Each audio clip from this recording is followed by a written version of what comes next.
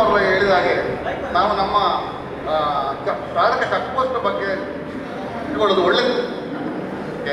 ನಾನು ಸಾಧಾರಣ ಒಂದು 5 ವರ್ಷದ ನಂತರ ಇದು ಪ್ರಥಮ ಬಾರಿಗೆ ಜನಸಂಪರ್ಕ ಬಗ್ಗೆ ಬರ್ತಾ ಇದ್ದೇನೆ.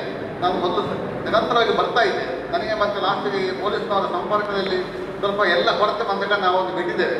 ಈಗ ಅನಿವಾರ್ಯ ಕಾರಣ ಬಂದಿದ್ದೇವೆ SP ಸಾಹಿತ್ಯ ನಮ್ಮ ಹಂತದಿಂದ ಅಡ್ಡಾಡಕ ಸಾರಳತೆ ಚೆಕ್ಪೋಸ್ಟ್ನ ಈ ಅಂತರದಲ್ಲಿ ಸಾಧಾರಣ 5 ರಿಂದ 6 ಸ್ಥಳ ಕೇರಳಕ್ಕೆ ಪಾಸ್ ಆಗುವ ಮಕ್ಕ ಇದೆ.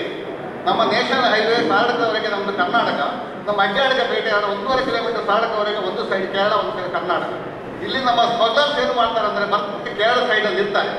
ನಿಂತ ಕೂಡಲೇ ನಮ್ಮ ಪೊಲೀಸ್ ಸಿಬ್ಬಂದಿಯವರು ಕೇರಳ ಬೆಳೆ ತೋರಿಸ್ತಾರೆ. ಇದು ನಾವು ನೋಡಿ ನಾವು ಸಾಕಾಗಿ ಕೈ ಬಿಟ್ಟದ್ದು. ಒಂದು ಎಕ್ಸಾಂಪಲ್ ಹೇಳ್ತಾರೆ, ಒಂದು 4-5 ವರ್ಷ ಇಟ್ಟು ಒಂದು ಮರ್ಡರ್ ಆಗುತ್ತೆ ಅಡ್ಡಾಡಕ ಪೇಟೆಯಲ್ಲಿ. ಮರ್ಡರ್ ಆದವ ಅವ್ರು ಬಂದದ್ದು ಕೇರಳದಲ್ಲಿ, ಹಿಡ್ಕೊಂಡದ್ದು ಕರ್ನಾಟಕದಲ್ಲಿ. ಬಿಟ್ಲ ಪೊಲೀಸ್ ಸಬ್ ಇನ್ಸ್ಪೆಕ್ಟರ್, ಭದ್ರತೆ ಸಬ್ ಇನ್ಸ್ಪೆಕ್ಟರ್ ಅವರೊಳಗೆ ಫೈಟಿಂಗ್ ಯಾರ್ದು ಅಂತೇಳಿ 1.5 ದಿವಸ ಡೆಡ್ ಬಾಡಿ ತಗೊಳ್ಬೇಕಾದ್ರೆ ಒಂದು ದಿವಸ ಕಾಲ ಯಾರ್ದು ಅಂತೇಳಿ ಅಂಥ ಪರಿಸ್ಥಿತಿ. ಅದಕ್ಕೆ ದಯವಿಟ್ಟು ವಿಷಯ ಮಾತಾಡೋದಕ್ಕೆ ಈಗ ನಿಖರವಾಗಿ ಚೆಕ್ಪೋಸ್ಟ್ ಓಪನ್ ಮಾಡಿ ಇಟ್ಕೊಳ್ತಾರೆ. ಒಂದು ನಾವು ರಾತ್ರಿ 11 ಗಂಟೆ ಹೊತ್ತಿಗೆ ಬರ್ತಾ ಇರುವಾಗ ಚೆಕ್ಪೋಸ್ಟ್ ಓಪನ್ ಇತ್ತು. ನಾನು ಅಲ್ಲಿ 2 ಸಿಬ್ಬಂದಿ ಕರೆದು ಮಾತಾಡಿದ್ದೇನೆ, ಸರಿಯಲ್ಲ. ಯಾಕಂದರೆ ಇಲ್ಲಿ ಗಡಿನಾಡು ಜಾಗ, ಇಲ್ಲಿ ನೀವು ನಿರಂತರ ಓಪನ್ ಇಟ್ಟರೆ ಸಹ ನಿರಂತರ ಸಹ ಗಾಡಿ ಹೋಗ್ತಾ ಇದೆ. ಇಲ್ಲಿ ಮತ್ತೊಂದು ಇನ್ನೊಂದು ನಿಮ್ಮಲ್ಲಿ ರಿಕ್ವೆಸ್ಟ್ ಮಾಡ್ತಾ ಇದ್ದೇನೆ. ಇಲ್ಲಿ ಏನಂದರೆ ಕಳ್ಳತನ ತಡೆ ಅಂತೇಳಿ ಈಗ ನೋಡಿ ನಮ್ಮ ಸಿಬ್ಬಂದಿಯವರಿಗೆಲ್ಲ ಹೊಸಬರು, ನಮಗೆ ಸಂತೋಷ. ಯಾಕಂದರೆ ಹಳಬರನ್ನೆಲ್ಲ ತೆಗೆದು ಕಳಿಸಿದ್ರೆ ಒಂದು 2 ದಿನ ನಾಳೆ ಹೋಗ್ತಾ ಇತ್ತು, ಅದು ನಮಗೆ ಗೊತ್ತಾಗಿದೆ. ಈ ಹೊಸ ಪೊಲೀಸ್ನವರು ಮತ್ತು ಹಿಡ್ಕೊಂಡು ಸಬ್ ಇನ್ಸ್ಪೆಕ್ಟರ್ ಆದರೂ ಕೂಡ ಅವರಿಗೆ ಇಲ್ಲಿ ವಿಚಾರಣೆ ಕೈದಿ ಅವ ಬೈಕ್ನಲ್ಲಿ ಬಂದಿರ್ತಾನೆ ಇಟ್ಲಕ್ಕೆ, ಅವನಲ್ಲಿ 8-10 ಲಕ್ಷದ ವಾಹನ ಇರ್ತದೆ, ಮತ್ತು ಬೇರೆ ಬೇರೆ ವಾಹನ ಇರ್ತದೆ. ಪೊಲೀಸ್ನವರು ಮತ್ತು ಹಿಡ್ಕೊಂಡು ಸಬ್ ಇನ್ಸ್ಪೆಕ್ಟರ್ ಕೂಡ ಹೋಗುವುದು ಅವನ ವೆಹಿಕಲ್ನಲ್ಲಿ. ನಾವು ಯಾರು ಹೇಳುದು? ಕಳ್ಳ ಇರುವ ಗಾಡಿ ಸಬ್ ಇನ್ಸ್ಪೆಕ್ಟರ್ ನಿಲ್ಕೊಂಡು ಪೊಲೀಸರು ಹೋಗ್ತಾ ಇರುವಾಗ ನಾವು ಮೆಸೇಜ್ ಕೊಡೋದು ಹೇಗೆ? ಇದನ್ನು ಅವ್ರು ತಿಳ್ಕೊಳ್ಳೋದು. ನಾವು ಮಾಡಿ ಉದಾಹರಣೆ ಇನ್ನೊಂದು ನಮ್ಮ ಕೇಳ್ಬಿಟ್ಟೆ, ನಮ್ಮ SP ಸಾಹೇಬರಲ್ಲಿ ಚಾರ್ಜ್ ಬಂದ ನಂತರ ಒಂದು 2 ತಿಂಗಳು ನಾವು ಸ್ವಲ್ಪ ಸಮಾಧಾನ ಇದ್ದೇವೆ. ಉದಾಹರಣೆ ಇನ್ನೊಂದು ನಿಮ್ಮಲ್ಲಿ ರಿಕ್ವೆಸ್ಟ್ ಅಂದರೆ, ನಮ್ಮ ಈ ಊರಲ್ಲಿ ಈಗ ಯಾವ ಗಲಾಟೆ ಆದರೂ ಕೂಡ ನಾವು ಕೂಡಲೇ ಅದಕ್ಕೆ ಪ್ರಯೋಜನ ಮಾಡಿ ಪೊಲೀಸ್ ಇಲಾಖೆ ಇನ್ಫಾರ್ಮೇಷನ್ ಕೊಡ್ತೇವೆ. ಇಲ್ಲಿ ಏನು ಮಾಡ್ತಾರೆ, ಜನಪ್ರತಿನಿಧಿಗಳ ಯಾರು ಇನ್ಫ್ಲುಯೆನ್ಸ್ ಮಾಡಿ ಒಬ್ಬರಿಗೆ ಹೊಟ್ಟು ಹೊಡೆದರೆ ಆ ಹೊಡೆದವ ಯಾರು ಅವತ್ತು ಸಮಕ್ಷಮಲ್ಲಿ ಎಂಕ್ವೈರಿ ಮಾಡಿ ಪ್ರಶ್ನೆ ನಡೀತಾ ಇತ್ತು. ಈಗ ಮೊನ್ನೆ ನಮ್ಮ ಮೇಡಮ್ ಒಂದು 15 ದಿವಸ ರಜೆಯಲ್ಲಿ ಹೋಗಿದ್ರು. ಆ ಟೈಮಲ್ಲಿ 3 ಘಟನೆ ಆಗಿದೆ. 3 ಘಟನೆಯಲ್ಲಿ ಕೂಡ ಸಮಕ್ಷಮಲ್ಲಿ ಎಂಕ್ವೈರಿ ಮಾಡಲಿಲ್ಲ. FIR ಮಾಡ್ತಾರೆ. ನಾವು FIR ಮಾಡಿಬಿಡ್ತೇವೆ ಅಂದರೆ FIR ಮಾಡುತ್ತೀವಿ. ಅವ FIR ಮಾಡಿ ಅವ ಕಳ್ಳನ ಅವ ಹೊಡೆದ ಒಂದು ವಿಚಾರಣೆ ಇಲ್ಲ. ಉದಾಹರಣೆಗೆ ನಮ್ಮ ಒಬ್ಬರು ಕೋಪಡ್ ಬ್ಯಾಂಕ್ ಅಧ್ಯಕ್ಷರನ್ನು ಮೊನ್ನೆ ಪುತ್ತೂರಲ್ಲಿ ಅಡ್ಮಿಟ್ ಮಾಡಿ ತುಂಬ ಕೇಸ್ ಫೈಲ್ ಮಾಡಿದ. ಆ ಕೇಸ್ ಮೇಲೆ ನಾವು ತುಂಬ ರಿಕ್ವೆಸ್ಟ್ ಮಾಡಿದೆವು. ನಮ್ಮ ASIಗಳು 3 ಜನರಲ್ಲಿ ರಿಕ್ವೆಸ್ಟ್ ಮಾಡಿದ್ದೇವೆ, ದಯವಿಟ್ಟು ಎಂಕ್ವೈರಿ ಮಾಡಿ. ಅಪರಾಧ ನಿರಪರಾಧಿ ಒಬ್ಬ ಹಾಸ್ಪಿಟಲ್ ಮಲಕೊಂಡು ಬಾಯಿ ಬಂದವರು ಕೊಟ್ಟ ಮೇಲೆ FIR ಮಾಡಿದೆ. ನಾಳೆ ನಮಗೆ ಬ್ಯಾಂಕಲ್ಲಿ ಕೂತ್ಕೊಳ್ಳಿಕ್ಕೆ ಆಗೋದಿಲ್ಲ. ಅಲ್ಲಿ ಕ್ರಿಮಿನಲ್ ಅವರ ವಿಚಾರಣೆ ಕಾಯ್ದೆ ಬರ್ತದೆ ಅಂತ ಹೇಳೋರು. ಇದನ್ನು ನಾವು ವಿಚಾರಣೆ ಮಾಡೋದು, ವಿಚಾರಣೆ ಮಾಡಬೇಕು. ವಿಚಾರಣೆ ಮಾಡಿ ಯಾವ ಜನಪ್ರತಿ ಇನ್ಫ್ಲುಯೆನ್ಸ್ ಮಾಡಿದ್ದು ಅವ ಬೆಂಗಳೂರು ಟೈಟ್ ಮಾಡಬೇಕಾದ್ರೆ ಅಲ್ಲಿ ಅಪರಾಧ ನಿರಪರಾಧಿ ನೋಡಿಕೊಂಡು ಆಕ್ಷನ್ ತೆಗಿಬೇಕು. ನಮ್ಮ ವಿನಂತಿ.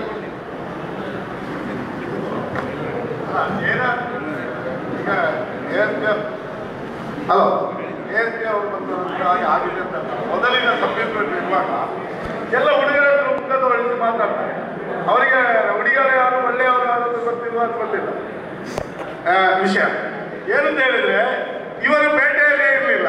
ಆವತ್ತು ಆಸ್ಪತ್ರೆಯಲ್ಲಿ ಒಬ್ಬರು ಅಡ್ಮಿಟ್ ಆಗಿದೆ, ಕಲ್ಲುಗಳು ಗಲಾಟೆ ಮಾಡಿ 8 ಜನರ ಮೇಲೆ FIR ಮಾಡಿದ್ದಾರೆ. 8 ಜನರ ಮೇಲೆ ಅವರು FIR ಮಾಡಿದ್ದಾರೆ. ಮತ್ತೆ ನಾನು ಬಂದು ಇದ್ರ ಕೇಳಿದೆ. ಈಗ ನನಗೆ ಒಬ್ಬರ ಹತ್ರ ಕೋಪ ಉಂಟು, ನಾನು ಒಂದು ಅಡ್ಮಿಟ್ ಆದ್ರೆ ಒಂದು 8 ಜನರ ಮೇಲೆ FIR ಮಾಡಲಿಕ್ಕೆ ಆಗ್ತದ? ಆಗುದಿಲ್ಲ. ಆದ್ರೆ ಅವರು ಹೇಳಿದ್ರು ತನಿಖೆಯಲ್ಲಿ ನಮಗೆ ಗೊತ್ತಿಲ್ಲ, ಆಸ್ಪತ್ರೆಯಿಂದ ಕೊಟ್ಟದ್ದು ನಾವು ಮಾಡಿದ್ದೇವೆ, ಮುಂದಿನ ದಿನದಲ್ಲಿ ಅದು ನೋಡಿಕೊಳ್ಳುವ. ಅದು ಸರಿ. ಏನಂತ ಹೇಳಿದ್ರೆ ನಾವು ಎಲ್ಲರೂ ಪೊಲೀಸ್ ಟೀಕೆ ಮಾಡುವುದಲ್ಲ. ಈಗ ಮೊದಲಿನ ಅಧಿಕಾರಿಗಳು, ನಾನು ಹೆಸರು ಹೇಳುವುದಿಲ್ಲ, ಯಾರು ಕಳ್ಳರಿದ್ದಾರೆ ಅಲ್ಲಿ ಬೋರ್ಡಿನಲ್ಲಿ ಅವರ ಫೋಟೋ ಇರುವ ಕಾರಿನಲ್ಲಿ ಹೋಗ್ಬೇಕು. ನಮಗೆ ನೋವಾಗ್ತದೆ. ಈಗ 15 ವರ್ಷದ ನಂತರ ನಾವು ಪೊಲೀಸ್ ಸ್ಟೇಷನ್ಗೆ ಬಂದು ಅವರು ಹೇಳಿದಾಗ ಸಭೆ ಇರುವಾಗ ನಾವು ನಮಗೀಗ ಸಭೆಯಲ್ಲೇ ಬರ್ತೇ ಇದೆ. ಇವತ್ತೇ ನಾವು ಎಂತದಕ್ಕೆ ಬಂದದ್ದು ಇಷ್ಟೇ ಹೇಳಬೇಕು. ಅಧಿಕಾರಿಗಳಿಗೆ ಗೊತ್ತಾಗುದಿಲ್ಲ. ಈಗ ನಾವು ಫೋನ್ ಕರ್ತೇವೆ, ಸುಳ್ಳ ಸತ್ಯ ಗೊತ್ತಾಗುದಿಲ್ಲ. ಆದ್ರೂ ನಾವು ಹೇಳೋದು ಹೇಳಿದ್ರೆ ಜನಗಳನ್ನು ನೋಡಿ ಸಂಪರ್ಕ ಇಟ್ಟುಕೊಳ್ಳಿ ಅಂತ ಪೊಲೀಸ್ ಸ್ಟೇಷನ್ಗೆ. ಅದನ್ನು ನಾನು ಹೇಳುದು. ಖಂಡಿತ. ಈಗ ಏನಾದರೂ ಹಿಂದಿನ ಭಾಗದಿಂದ ಯಾರಾದರೂ ಮಾತಾಡ್ತಾರ?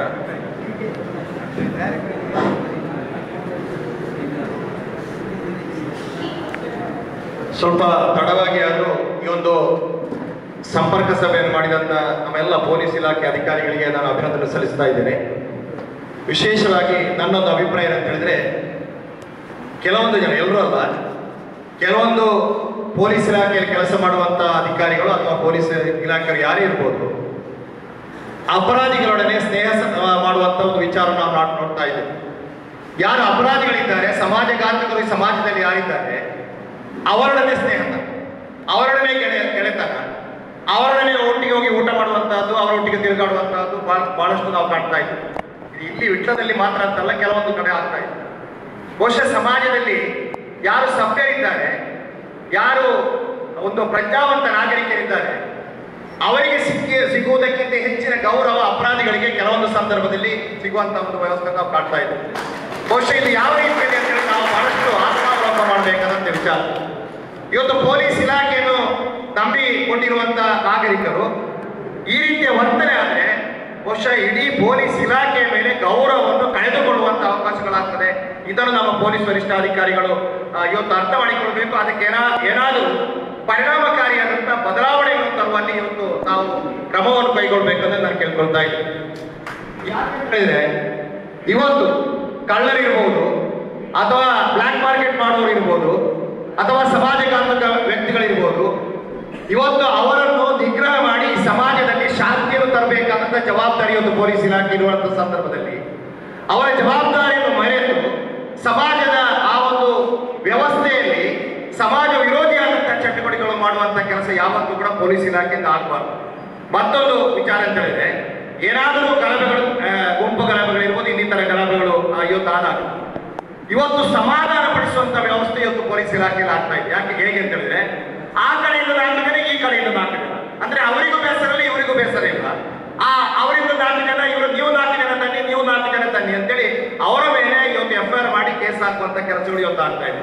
ಇವತ್ತು ಅಪರಾಧಿಗಳಿಗೆ ನಿಜವಾದ ಶಿಕ್ಷೆ ಕೆಲವೊಂದು ಸಲ ಆಗುವುದಿಲ್ಲ. ಯಾರು ನಿರಪರಾಧಿಗಳಿದ್ದಾರೆ ಅವರಿಗೆ ಇವತ್ತು ಈ ಶಿಕ್ಷೆ ಆಗುವಂತ ಅವಕಾಶಗಳಾಗ್ತದೆ. ಬಹುಶಃ ಒಬ್ಬ ನಿರಪರಾಧಿಗೆ ಯಾವತ್ತೂ ಕೂಡ ಶಿಕ್ಷೆ ಆಗಬಾರ್ದು. ಆದ್ದರಿಂದ ನಾನು ಪೊಲೀಸ್ ವರಿಷ್ಠಾಧಿಕಾರಿಗಳಲ್ಲಿ ನಾನು ಮನವಿ ಮಾಡ್ತಾ ಇದ್ದೇನೆ, ನಿಜವಾದ ಅಪರಾಧಿ ಯಾರು ಅವರಿಗೆ ಶಿಕ್ಷೆ ಆಗಬೇಕು. ಒಬ್ಬ ನಿರಪರಾಧಿಗೆ ಯಾವತ್ತೂ ಕೂಡ ಇವತ್ತು ಶಿಕ್ಷೆ ಆಗಬಾರ್ದು. ಇದನ್ನು ನಾವು ಸಮಾಜದಲ್ಲಿ ಕಾಪಾಡಿಕೊಳ್ಳುವಂತ ಕೆಲಸ ಇವತ್ತು ಪೊಲೀಸ್ ವರಿಷ್ಠಾಧಿಕಾರಿಗಳಿಂದ ಮತ್ತು ಇನ್ನಿತರ ಇಲಾಖೆಯಿಂದ ಅಧಿಕಾರಿಗಳಿಂದ ಆಗಬೇಕು. ಬಹುಶಃ ಮತ್ತೊಂದು ವಿಚಾರ ಇರ್ತದೆ, ಯಾವುದೇ ಸಮಾಜಘಾತಕ ವ್ಯಕ್ತಿಯ ಒಬ್ಬ ಮಾಹಿತಿಯನ್ನು ಯಾರಾದರೂ ಸ್ವಲ್ಪ ಸಭ್ಯ ನಾಗರಿಕರಿಗೆ ಪೊಲೀಸ್ ಸ್ಟೇಷನ್ಗೆ ಕೊಟ್ಟಂತ ಸಂದರ್ಭದಲ್ಲಿ ಯಾರು ಆ ಒಂದು ಮಾಹಿತಿಯನ್ನು ಕೊಟ್ಟಿದ್ದಾರೆ ಅದನ್ನು ಇವತ್ತು ಸಮಾಜಘಾತಕರಿಗೆ ತಿಳಿಸುವಂತ ಕೆಲಸ ಕೂಡ ಕೆಲವೊಂದು ಸಂದರ್ಭದಲ್ಲಿ ಪೊಲೀಸ್ ಇಲಾಖೆಯಲ್ಲಿ ಆಗ್ತಾ ಇದೆ. ಬಹುಶಃ ಅಂತ ಸಂದರ್ಭದಲ್ಲಿ ಇವತ್ತು ಏನಾದರೂ ನಾವು ಒಂದು ಸಮಾಜಘಾತಕ ವ್ಯಕ್ತಿಯ ಬಗ್ಗೆ ಮಾಹಿತಿಯನ್ನು ಕೊಡುವುದು ಹೇಗೆ ಅಂತ ಹೇಳಿ ರೀತಿಯ ಭಯ ಕೂಡ ಇವತ್ತು ಸಮಾಜದಲ್ಲಿ ಕೆಲವೊಂದು ಸಲ ಆಗ್ತಾ ಇದೆ. ಆದ್ದರಿಂದ ದಯವಿಟ್ಟು ಪೊಲೀಸ್ ವರಿಷ್ಠಾಧಿಕಾರಿಗಳು ಇದಕ್ಕೆ ಕ್ರಮ ಕೈಗೊಳ್ಳಬೇಕು.